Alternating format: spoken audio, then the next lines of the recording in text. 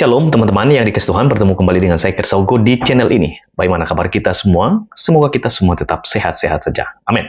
Di kesempatan ini saya akan mengajak kita mendengarkan satu kesaksian dari seorang mantan pendeta yang besar yang memiliki jabatan yang tinggi di salah satu gereja, tidak disebutkan gerejanya, dan sekarang sudah mu'alaf, dan itulah sebabnya dia bersaksi alasan kenapa dia masuk Islam dan meninggalkan kekristenan.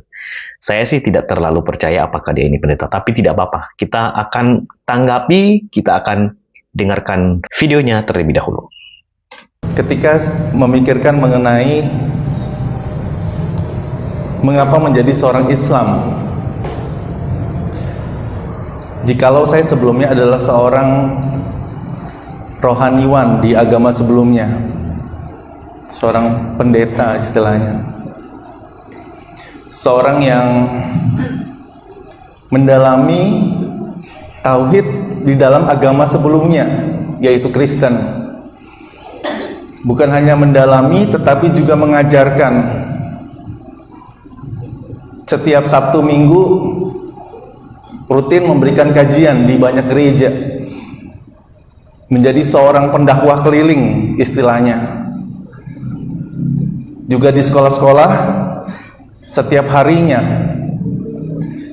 Maka ajaran agama itu sangat meresap, saudara. Saya harus akui bahwa saya bukan seorang yang bersih, bukan seorang yang suci. Walaupun saya menjadi rohaniwan di agama yang sebelumnya, seorang yang tinggi lah posisinya secara spiritual, rohani, tetapi saya mesti jujur dengan diri bahwa saya adalah orang yang sangat kotor, orang yang sangat berdosa, saudara. Dan akhirnya kerohanian itu hanya menjadi topeng. Ya, itulah cuplikan video dari seorang mantan pendeta yang sekarang sudah mu'alaf, dan namanya itu adalah Abdullah Fatir, ya.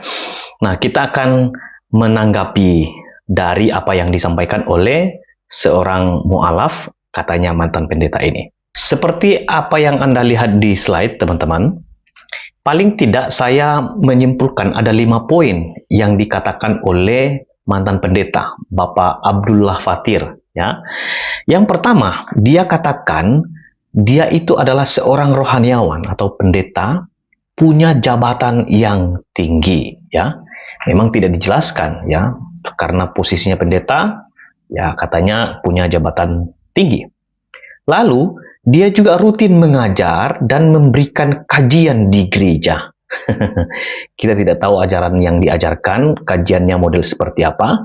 Ya karena dia mengaku pendeta, ya, maka dia katakan dia mengajar dan memberikan kajian di gereja. Lalu dia juga mengatakan bahwa dia adalah pendakwa keliling di sekolah-sekolah, dan itu dilakukan setiap hari. Dan dari 3 bagian ini memperlihatkan memang dia adalah seorang pendeta, katanya tadi, yang memiliki jabatan tinggi. Kemudian teman-teman, dia mengaku bahwa ajaran agama Kristen itu bagi dia sangat meresap, ya, alasan itu semua. Itulah sebabnya dia melakukan 1, 2, dan 3, karena dia menganggap bahwa ajaran agama bagi dirinya itu sangat meresap. Nah, aneh kan? Kalau agama kekristenan ajarannya betul-betul meresap dalam dirinya, mengapa dia harus meninggalkan imannya atau meninggalkan kekristenan? Kan katanya ajaran kekristenan itu meresap, seperti kita ungkep daging lalu dibumbuhi dengan segala bumbu, dan rasa bumbu-bumbu itu di dalam daging itu maknyus. Kemudian dia adalah seorang yang kotor dan berdosa. Nah ini dia. Dia adalah seorang yang kotor dan berdosa, ya. Memang saya setuju dengan kalimat ini. Kita semua adalah orang berdosa. Saya orang berdosa dan kita semua manusia adalah orang berdosa. Alkitab mengatakan semua orang telah berbuat dosa dalam Roma 3 ayat 23. Tetapi ingat, upah dosa itu ialah maut. Nah, kalau dia sadar bahwa dirinya adalah orang berdosa, dia harus memandang kepada Kristus, ya. Kristus yang adalah tidak berdosa, yang sudah datang ke dalam dunia, Dia akan datang untuk menebus dan menyelamatkan kita. Maka kita yang berdosa ini mestinya harus berharap, percaya, menerima Yesus sebagai Tuhan dan Juru Selamat kita, karena kita berdosa dan tak berdaya.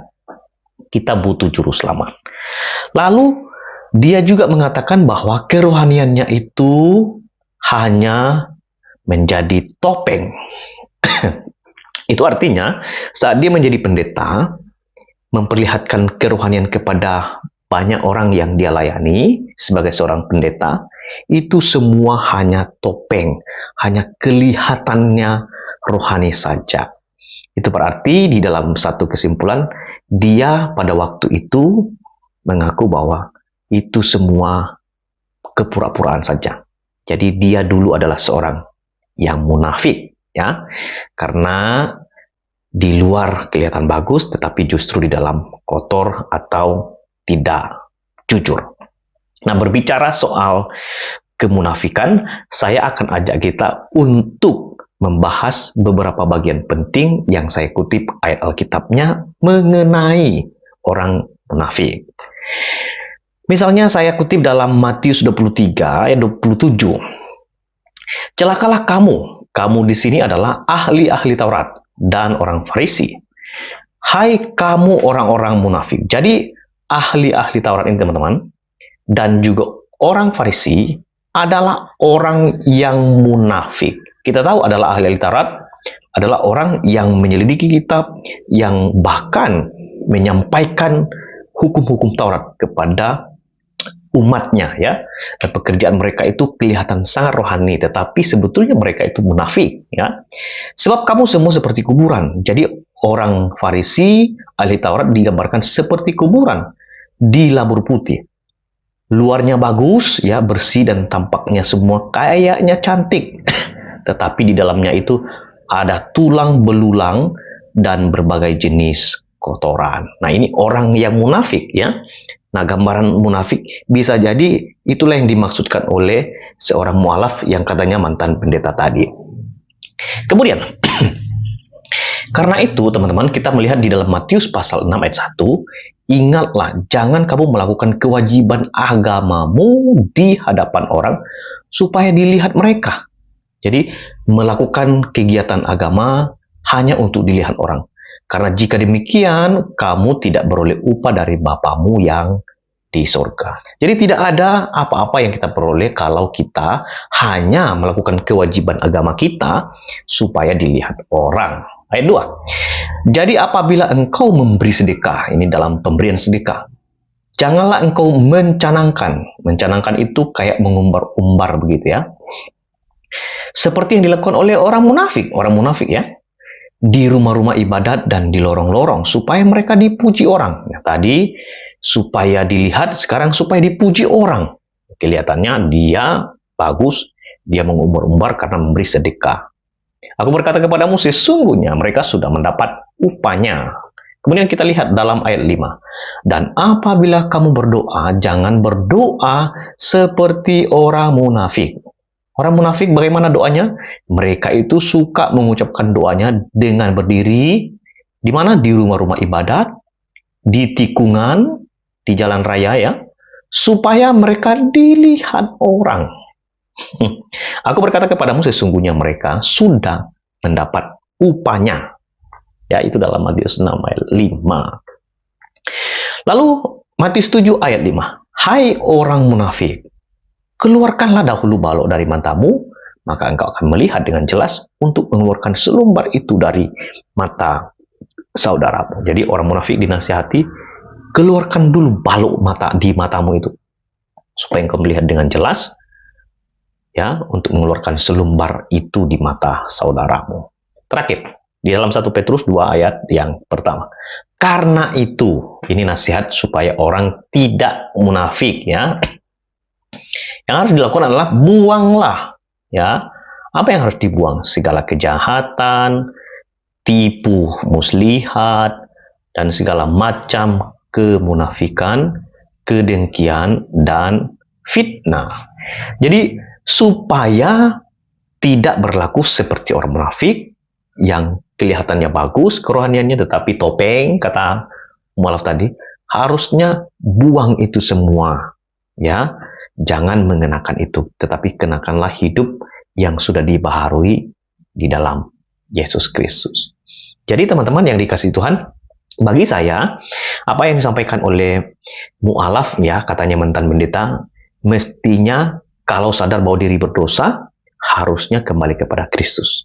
Jangan meninggalkan Kristus. Karena jauh lebih parah hidup kalau yang paling utama itu ditinggalkan. Karena itu, sebagai orang Kristen, mari kita belajar setia untuk ikut Tuhan, ya, supaya kita tetap memperoleh hidup kekal. Karena Kristus yang menjaminnya, Dia adalah Tuhan atas alam semesta ini. Tuhan berkati kita semua. Itu saja di video ini. Sampai ketemu di video selanjutnya. Salam.